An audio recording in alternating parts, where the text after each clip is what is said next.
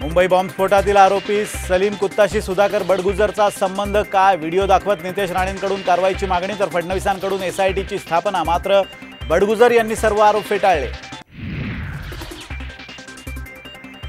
सलीम कुत्ताच्या पार्टीत भाजप नेत्याचाही सहभाग। सुषमा अंधारेंचा नितेश राणेंच्या आरोपावरून पलटवार। पार्टीतील व्हिडिओत गिरीश महाजन आणि देवयानी फरांदे दिसत असल्याचाही केला आरोप। बीड जाळपोळ प्रकरणी 2 दिवसात एसआयटी स्थापन करण्याची फडणवीसांची घोषणा। दंगलीत सहभाग असलेल्या कुठल्याच आरोपीला सोडणार नसल्याचाही दिला इशारा।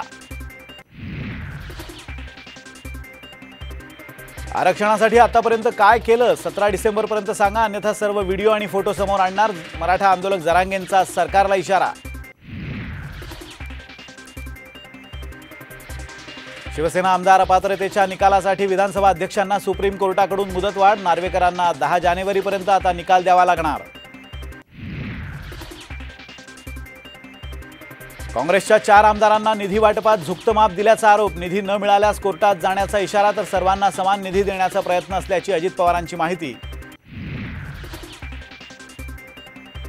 श्रीकांत शिंदेंविरोधात आदित्य ठाकरे उतरणार रिंगणात। कल्याणमधून लोकसभेची निवडणूक लढवण्याची शक्यता। साम टीव्हीला सूत्रांची माहिती।